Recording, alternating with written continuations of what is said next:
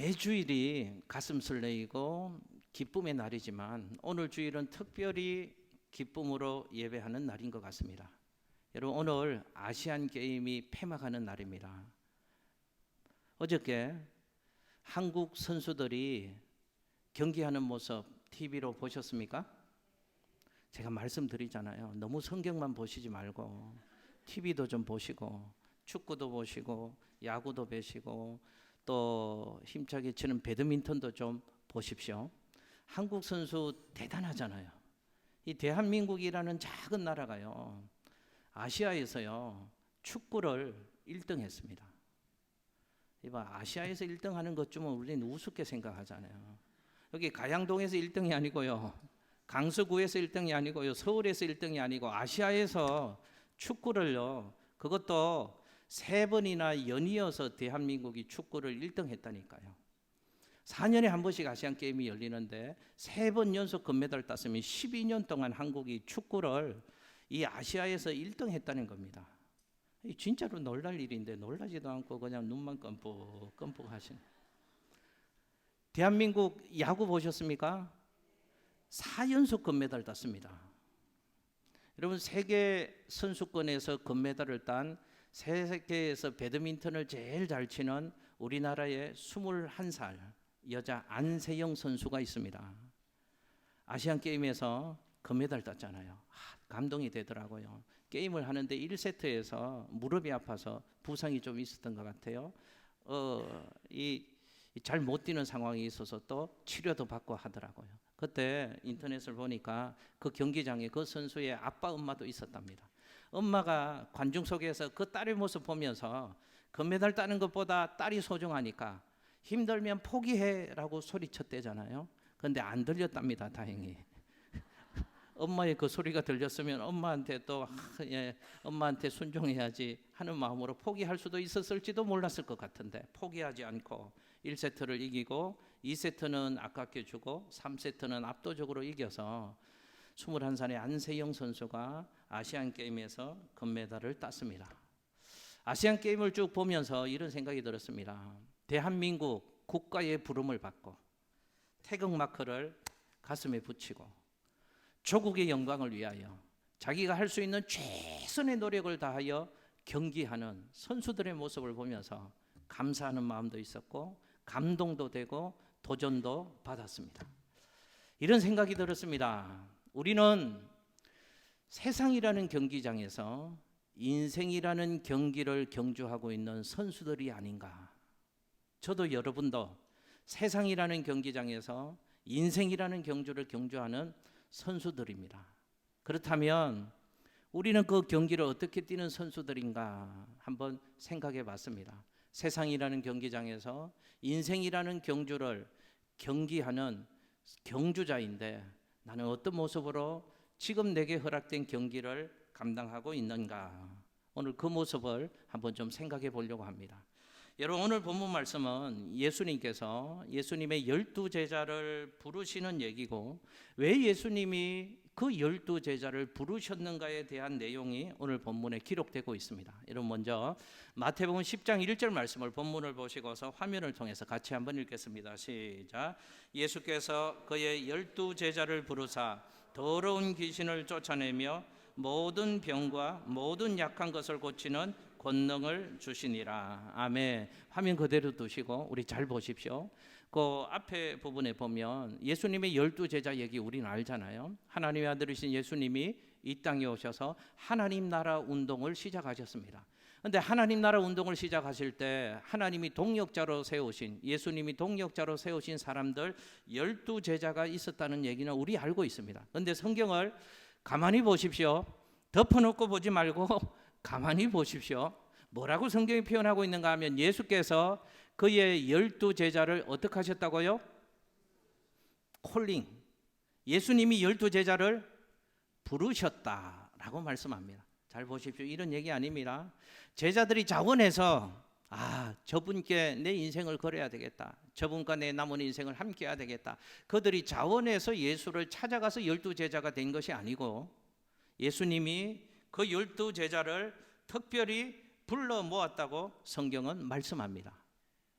여러분, 저게 은혜고 신비입니다. 성경학자들이 얘기하기를 예수님 저 당시에 인구가 2억 5천에서 3억 정도의 인구가 있었다고 합니다. 그 3억 정도 되는 수많은 보통의 사람들 가운데에서 예수님이 왜 하필 12명을 선택하셨을까? 그리고 12명을 불러 모으셨을까 하는 것이죠. 그러니까 제자들은 어떤 사람이라고 얘기할 수 있는가 하면 예수님에 의해서 불러 모아진 사람들의 모임이 12제자였다 하는 것을 우리는 저 성경 본문 말씀을 통해서 알 수 있습니다. 많은 사람들 가운데에서 예수님이 특별히 12명을 선택하셨습니다. 지명하셨습니다. 그리고 부르셨습니다. 그리고 모았습니다. 그들의 모임이 12제자였다라고 성경은 우리에게 말씀하고 있다는 것이죠. 자, 이런 면에서 보면 성도는 누구인가 하는 것도 한번 좀 생각해 볼 필요가 있는 것 같습니다. 성도도 역시 제자들과 동일한 것 같습니다. 세상에 많은 사람들이 있잖아요. 우리 말고도 이 지구상에 얼마나 수많은 사람들이 있습니까? 수많은 사람들 가운데서 하나님이 특별히 저와 여러분들을 하나님의 자녀로, 성도로 불러 모아 주셨습니다. 세상에서 부르셨고 죄 가운데도 불러 모아 주셔서 여기에 우리를 예수 그리스도 안에서 우리를 모아 주셨습니다. 그렇게 모여진 사람들이 누구라고요? 성도, 그리스도인 저와 여러분입니다. 그렇다면 나는 누구인가도 또 한번 생각해 보실 필요가 있지 않겠습니까? 이 지구촌의 수많은 사람들 가운데에서 예수님이 우리를 찾아오셨습니다. 그리고 우리를 지명하셨습니다. 그리고 우리를 선택하셨습니다. 그리고 우리를 이렇게 모아주셨습니다. 그래서 나는 예수 믿는 하나님의 자녀, 성도, 그리스도인으로 오늘 이 시대를 살아가고 있는 것이죠. 그러면 교회는 어떤 것인가? 교회는 그렇게 불러 모아진 성도들의 모임이 교회라고 얘기할 수 있는 것입니다. 그러니까 교회는 어떤 곳인가? 하나님의 특별한 선택하심, 하나님의 특별한 부르심을 받고 모아진 사람들의 모임, 공동체가 오늘 우리의 교회다 하는 것을 우리는 기억해야 합니다. 여러분, 교회라는 그 단어의 의미를 보면, 교회라는 단어는 헬라어로 보면 에클레시아라는 단어를 사용하고 있습니다. 에클레시아라는 이 단어는요, 두 단어가 합쳐진 의미입니다. 에크, 밖으로라는 전치사와 칼레오, 부르다, 콜하다 라는 두 단어가 합쳐져서 에클레시아, 교회라는 의미로 사용되고 있는 것이죠. 그러니까 에클레시아, 교회는 그 단어의 의미를 보면 밖으로 부르셨다, 밖으로 불러 모았다, 그래서 이루어진 모임이 교회라는 모임이다 하는 것입니다. 어디서 부르셨을까요? 죄 가운데 포로된 우리를 그곳에서 부르셨습니다. 세상에 매여 사는 우리를 세상 속에서 부르셨습니다. 사탄 마귀의 종로로 타고 있는 그곳에서 우리를 밖으로 불러 모아 주셨습니다. 그래서 우리를 하나님의 백성으로, 하나님의 사람들로 우리를 모아 주셨습니다. 그 모임이 에클레시아, 교회다 하는 것이죠. 우리가 그런 존재라면 우리에게는 분명히 한 가지 인식이 또 하나 당연히 따라와야 됩니다. 우리가 세상 사람들과 세상 속에서 똑같이 호흡하고 그들과 같은 모습으로 이 땅 가운데 살아가고 있지만, 그곳에서 하나님이 특별히 우리를 불러내어서 우리를 이곳에 모아주신 모임이 교회, 성도, 그리스도인이라고 한다면, 여기에 부름받은 우리는 불러진 곳에서 살아가는 이 세상 사람들과는 다른 모습으로 살아가야 된다는 것이죠. 이곳에 있는 사람들과는 삶의 방식이 달라야 합니다. 삶의 기준이 달라야죠. 삶의 목표가 달라야 하는 것입니다. 결론은 뭔가? 우리는 부름받은 사람인데, 부름받은 우리는 어떻게 살아가야 되는가? 여러분 기억하십시오. 우리는 부름받았다면 부름받은 자답게 이 땅에서의 삶을 살아가야 될 줄로 믿습니다. 이렇게 살고 계십니까? 그렇게 인생이라는 경주를 경주하고 계십니까? 하나님이 제자들을 부르셨습니다. 왜 부르셨을까요? 그 부르심에는 이유가 있지 않겠습니까? 그 부르심에는 특별한 목적하심이 있지 않겠습니까? 그 이유와 목적을 이렇게 설명합니다. 한 번 더 화면에 마태복음 10장 1절 말씀을 같이 한번 읽습니다. 시작. 예수께서 그의 12제자를 부르사 더러운 귀신을 쫓아내며 모든 병과 모든 약한 것을 고치는 권능을 주시니라. 그리고 마태복음 10장 5절 말씀도 연이어 읽어보겠습니다. 마태복음 10장 5절 말씀 화면에 띄워주시면 함께 읽습니다. 시작. 예수께서 이 12를 내보내시며 명하여 이르시되 이방인의 길로도 가지 말고. 아멘. 자, 10장 1절 말씀을 방송실 한 번 더 띄워주십시오. 잘 보십시오. 이게 성경에서 놓칠 수 있는 것인데 10장 1절 말씀을 보면 예수님이 제자들을 부르시는 얘기입니다. 부르셨다. 12제자를 부르셨다고 합니다. 그리고 12제자의 그 어떤 사람인가 그 이름을 2절부터 4절까지 12제자의 이름은 이런 사람이 12명의 제자를 부르셨다라고 말씀하십니다. 그리고 뭐 어떤 말씀으로 부름받은 자들의 이야기를 끝내는가 하면 마태복음 10장 5절 말씀을 한 번 더 띄워주시면 예수께서 이 12를 어떻게 하셨다고요? 자, 잘 보십시오. 예수님이 10장 1절 말씀에서 12제자를 부르셨다고 말씀합니다.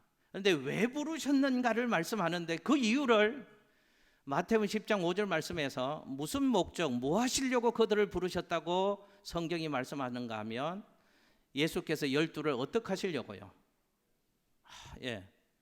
부르시는 이유가 내보내시려고 그들을 부르셨다고 성경이 말씀하고 있다는 것입니다. 부름의 이유가 뭔가? 부름받은 그들을 다시 내보내시려고 세상 속에서 그들을 불렀다는 것입니다. 보십시오.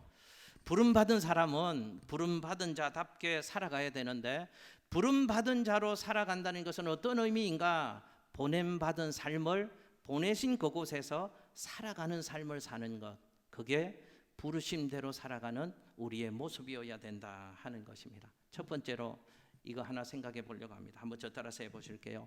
보냄받은 자로 살자. 할렐루야. 이렇게 사시기를 바랍니다. 여러분, 부름받은 자로 산다는 것은 보냄받은 자로 산다는 의미입니다. 근데 불러부으신 목적이 그들을 다시 내보내시기 위함이기 때문에 부름받은 우리는 보냄받은 삶을 보내신 그곳에서 아름답게 살아가야 한다는 것입니다. 아니, 내보내실 것 같으면 그냥 두시지. 그럼 왜 불러 모으셨는가? 이유는 불러 모아서 주님이 부름받은 자들에게 명령하실 것이 있기 때문에 그렇습니다. 가르쳐 주실 것이 있기 때문에 그렇습니다.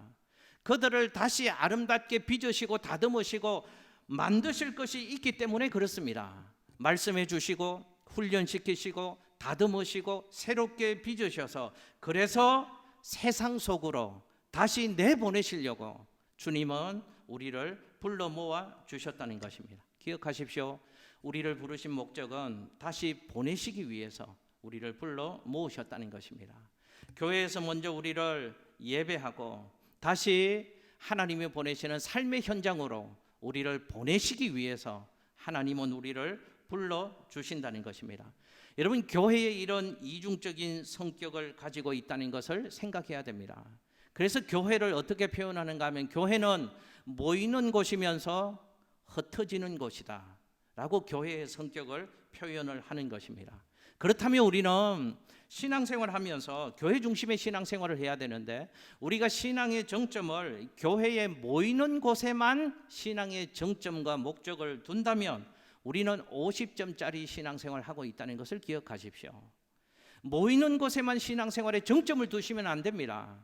모여서 하나님 주시는 말씀을 듣고 은혜를 받고 훈련받고 다시 깨닫고 다시 결단해서 하나님 보내신 삶의 현장으로 가서 보내신 자의 삶을 살게 하시려고 하나님이 우리를 불러 주신다는 것입니다. 이것이 교회의 여러 가지 성격 가운데 교회의 사도성이라고 표현하는 교회의 성격입니다. 교회가 가진 사도성이 있습니다. 여러분, 오늘날의 사도는 없습니다. 사도는 어떤 사람을 사도라고 얘기하면 직접 예수를 만난 사람, 예수의 말씀을 듣고 예수의 보내심을 받은 사람을 사도라고 표현을 합니다. 이런 의미에서 보면 오늘날에는 사도는 없는 것이죠. 그러나 그 사도성을 오늘날 교회가 계승하고 있다는 것입니다. 사도는 보냄을 받은 자라는 말입니다. 주님의 위해서, 주님의 뜻하심을 위해서 주님의 보내심을 받은 자가 사도라는 말입니다. 그런데 교회가 이런 사도성을 계승하고 있다는 것이죠. 그렇다면 교회는 어떤 것인가?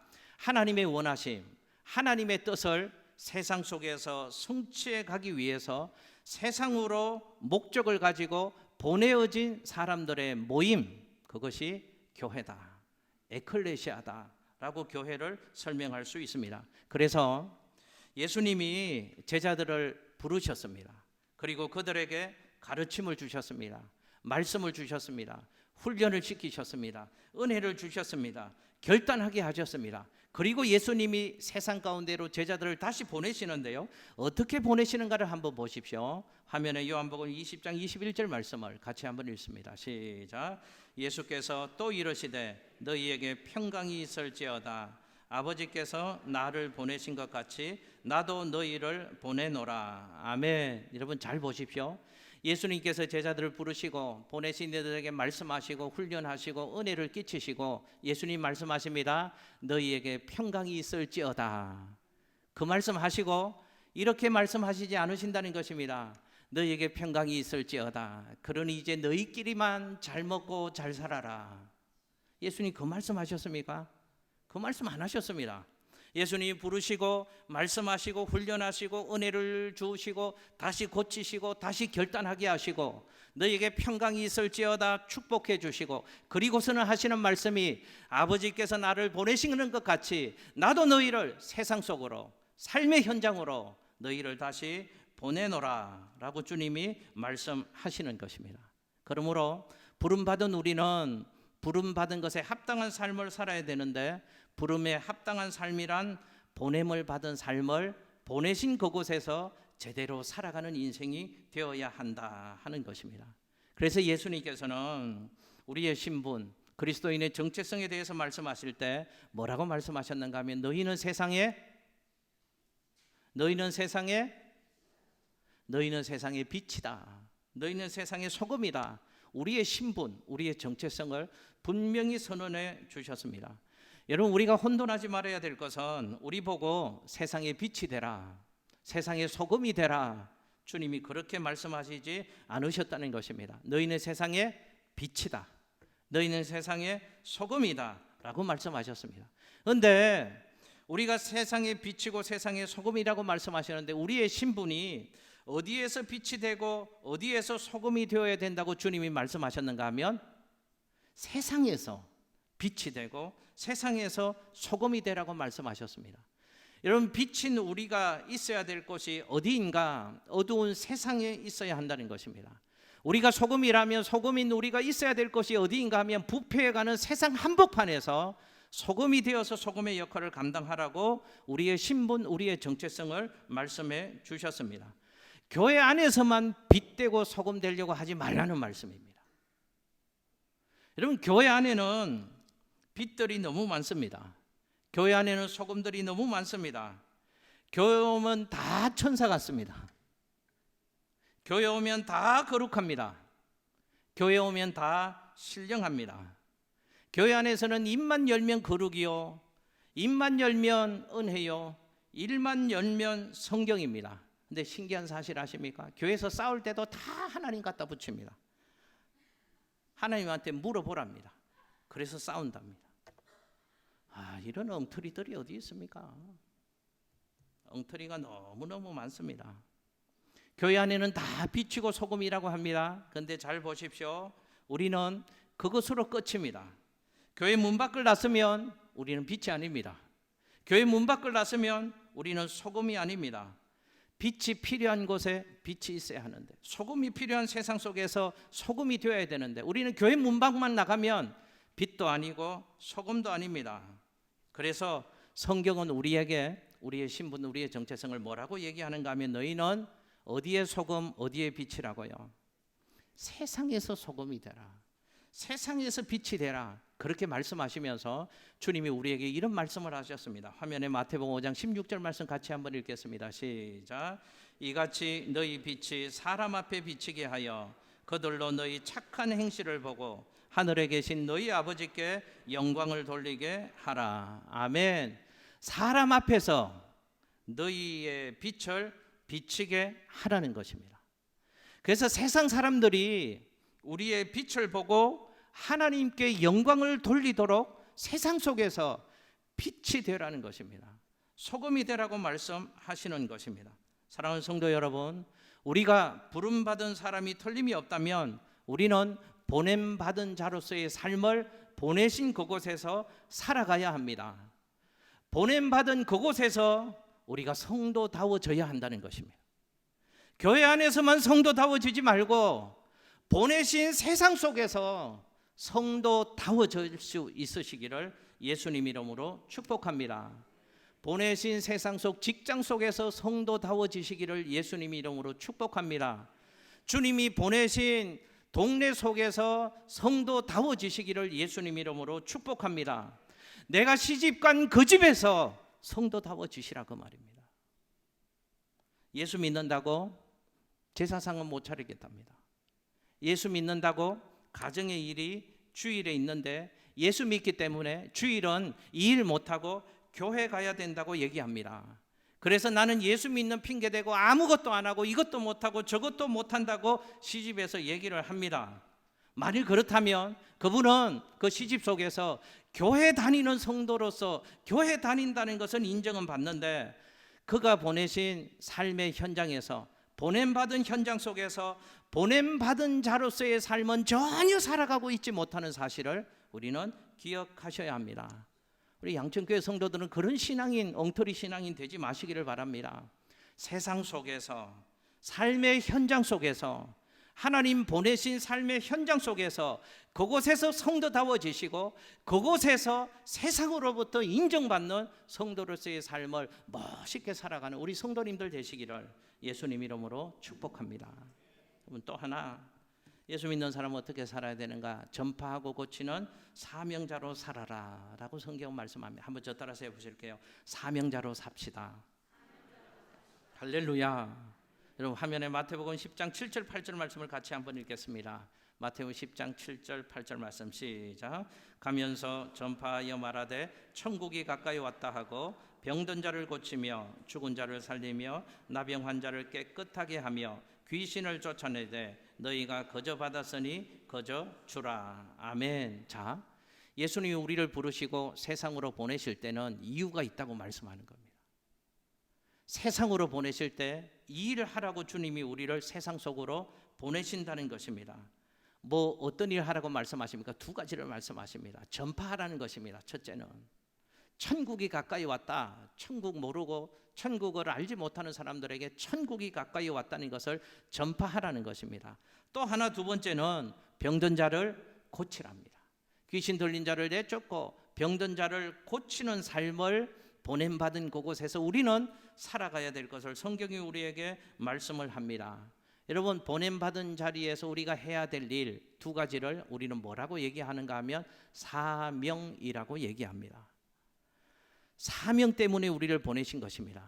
여러분 하나님이 우리를 부르신 것을 소명이라고 얘기합니다. 보내시면서 보내신 그곳에서 해야 할 일을 사명이라고 얘기하는 것입니다. 소명과 사명은 불가분리의 관계에 있는 것입니다. 소명, 하나님이 우리를 부르신 것은 왜 부르셨는가? 뭐 하게 하시려고요? 사명을 감당하게 하시려고 하나님이 우리를 소명 부르셨다는 것을 성경은 우리에게 말씀합니다. 여러분 보십시오. 제가 예를 한번 들어볼게요. 저는 소명의식이 있습니다. 하나님이 나를 부르셨다는 분명한 확신이 있습니다. 하나님이 나를 목사로 부르셨다, 소명의식이 있습니다. 그런데 하나님이 나를 부르신 것은, 소명하신 것은 부름받은 나에게 목사의 직책만 주려고 부른 것이 아니다 하는 것입니다. 여러분 잘 보십시오. 이런 뜻입니다. 하나님이 나를 부르셨는데 야 김동인 목사야, 너 이제 목사로 내가 너를 불렀는데 세상 사람들이 네 직업이 뭐냐고 묻거든. 내 직업은 목사입니다 이렇게 대답해라. 그러려고 하나님이 나를 목사로 부르셨다는 것이 아니라는 것입니다. 직책만 주려고 목사로 부른 것이 아니고 하나님이 왜 나를 목사로 부르셨는가? 사명의식이 제게는 있습니다.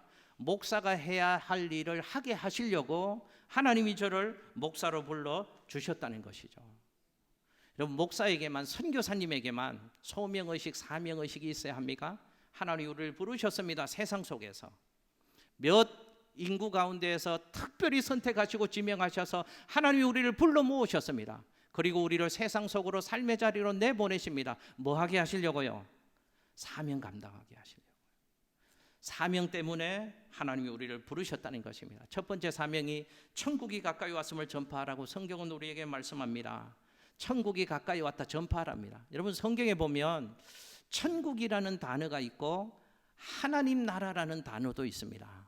제가 한번 질문 드려볼게요. 천국과 하나님 나라는 같은 것을 얘기하는 것일까요? 다른 것을 얘기하는 다른 단어일까요? 하나 얘기하는 것입니다. 천국, 하나님 나라 같은 것입니다. 그런데 성경을 보면 어떤 곳에는 천국이라는 단어를 쓰기도 하고 또 어떨 때는 하나님 나라라는 단어를 사용하고 있기도 합니다. 이런 얘기입니다. 어떨 때 천국이라는 단어를 성경에서 쓰고 있는가 하면 장소적인 개념, 위치적인 개념, 세상의 어떤 나라와 구별되는 것을 설명하기 위해서 그때는 천국이라는 단어를 사용을 합니다. 그런데 하나님 나라라는 단어를 쓸 때도 있습니다. 그때는 주권이 누구에게 있는가, 주인이 누구인가, 주권성을 강조할 때는 천국이라는 단어를 사용하지 않습니다. 하나님 나라라는 단어를 사용합니다. 그러니까 오늘 본문에서는 보내시는데, 전파하는데 천국이 가까이 왔음을 전파하라. 그 말은 천국이, 하나님 나라가 어디, 장소에 어디 있다, 이걸 이렇게 설명하는 이상한 사람들이 있잖아요. 어느 나라에 가면, 섬에 가면 천국이다.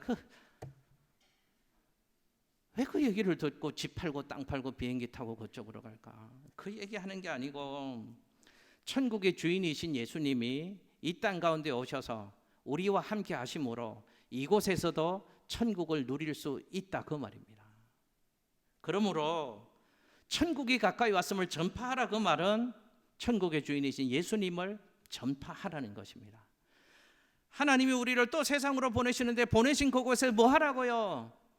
천국이 가까이 왔음을, 천국의 주인이신 예수님을 증거하라는 것을 우리에게 말씀하고 있습니다. 그리고 예수님께서 제자들을 보내시면서 이 목적만 준 게 아니죠. 병든 자를 고치라라고 말씀하십니다. 그러니까 천국을 전파하는 것과 병든 자를 고치는 것이 무슨 연관관계가 있다는 것을 주님이 우리에게 말씀하고 있는 것입니다.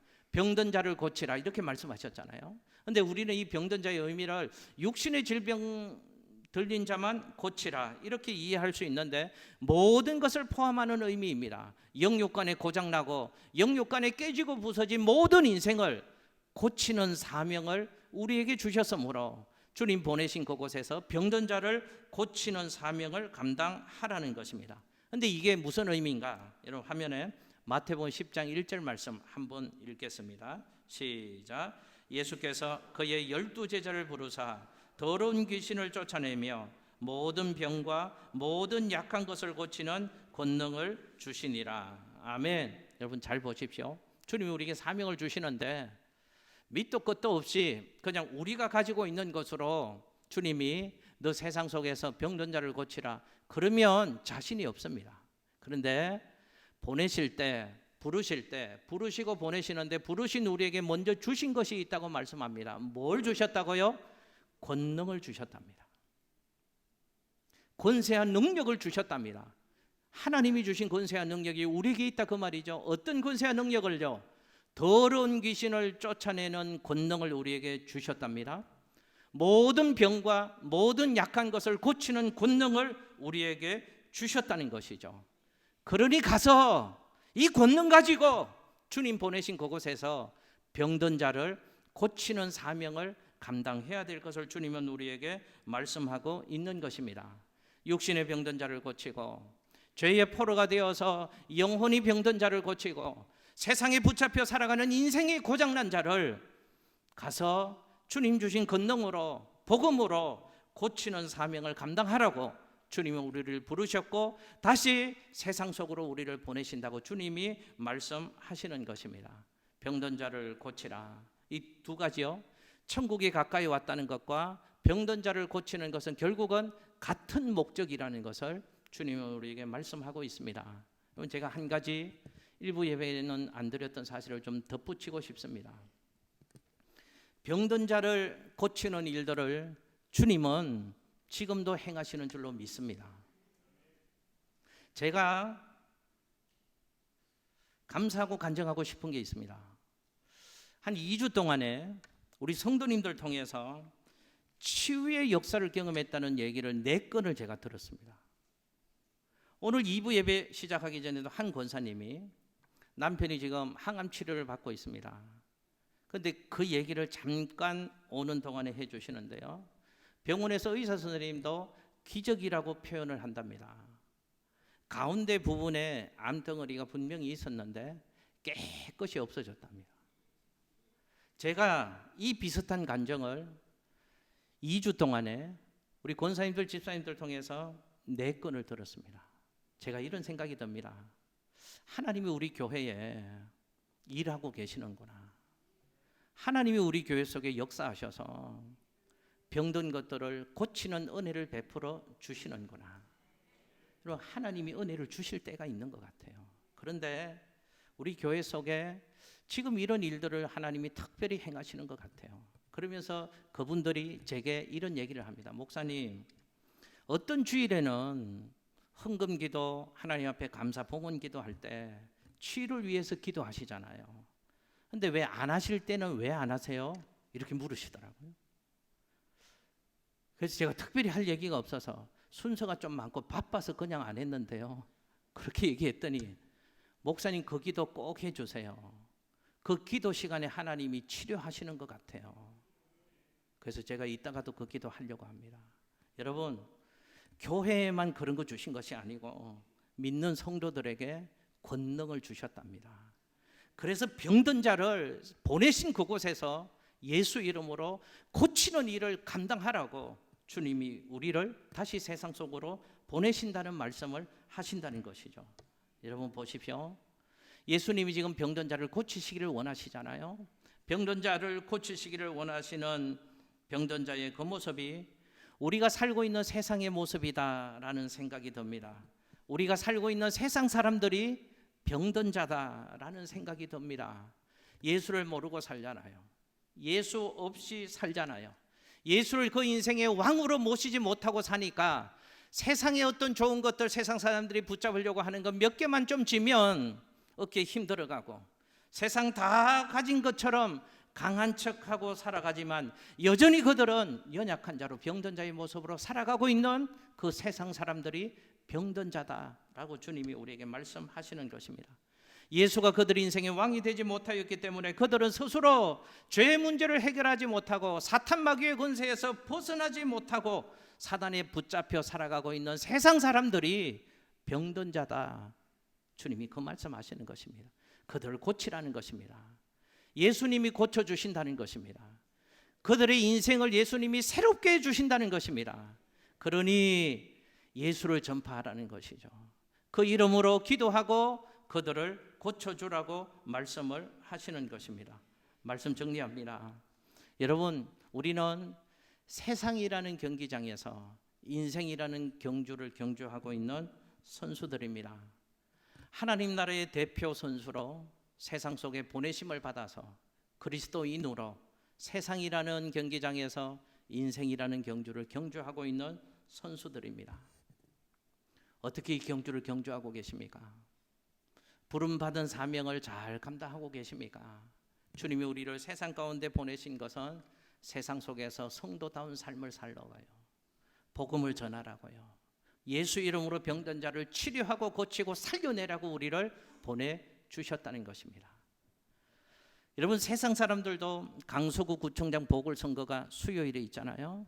세상 사람들도 자기가 붙잡고 있는 가치, 자기가 믿고 있는 가치를 알리기 위해서 우리 교회 앞에도 예배 때도 편말 들고 누구를 전파하고 있더라고요. 세상 사람들도 자기가 옳다고 인정하는 진리와 가치에는 목숨 걸고 그걸 증거하고 드러내는데, 우리는 병든 모든 인생을 고칠 수 있는 예수 그리스도를 붙잡고 사는 하나님의 사람이면서 왜 예수 말하지도 않으십니까? 왜 예수 전하지도 않으십니까? 예수 그분이면 그 인생에 병든 것을 고치고 살릴 수 있는 권세와 능력이 예수 그리스도 안에 있는데도 우리는 그 예수를 알고 있으면서도 병들어 아파하고 죽어가는 세상 사람들에게 왜 예수 말하지 않으십니까? 한 달 동안 우리가 할 수 있는 일을 좀 합시다. 생명 살리는 일은 세상은 할 수 없습니다. 예수님만 하실 수 있는 것입니다. 그 예수를 전하는 일, 예수 이름으로 기도하는 일, 그 일 우리가 할 수 있잖아요. 좀 반주 좀 해주시겠습니까? 잠깐 작정하는 시간을 갖겠습니다. 다 눈 한번 감아 보시기를 바랍니다.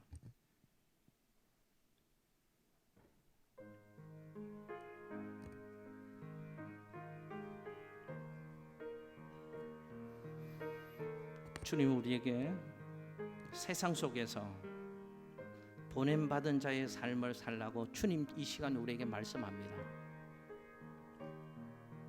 예수가 없어서 병든 자들, 예수님이 살려내실 수 있는데 그 예수 모르는 자들에게 예수 전하라고 말씀하시는 것입니다. 저는 목회하면서 예수의 귀함, 예수 믿는 것에 감사를 늘 새롭게 깨닫고 살아갑니다. 내 한평생 인생 가운데 예수 알게 된 것 얼마나 귀한가. 그래서 저희 교회는 1년에 2달씩 복음 전하고 복음을 나누는 일을 하려고 하는 것이죠. 여러분, 여러분의 가정을 예수 모르는 사람 예수 믿게 하는 것은 우리가 하는 일은 아닙니다. 사실은 하나님이 하시는 것이죠. 그러나 우리가 해야 될 일이 있습니다. 그들을 작정하는 일, 하나님 손에 올려드리는 일, 그들의 이름 부르며 기도하는 일, 그들의 영혼을 성령님이 감동시켜 주시도록 하나님 앞에 올려드리는 일, 우리가 사랑으로 섬기는 일, 10월 29일에 초청하는 일은 우리가 해야 하는 일입니다.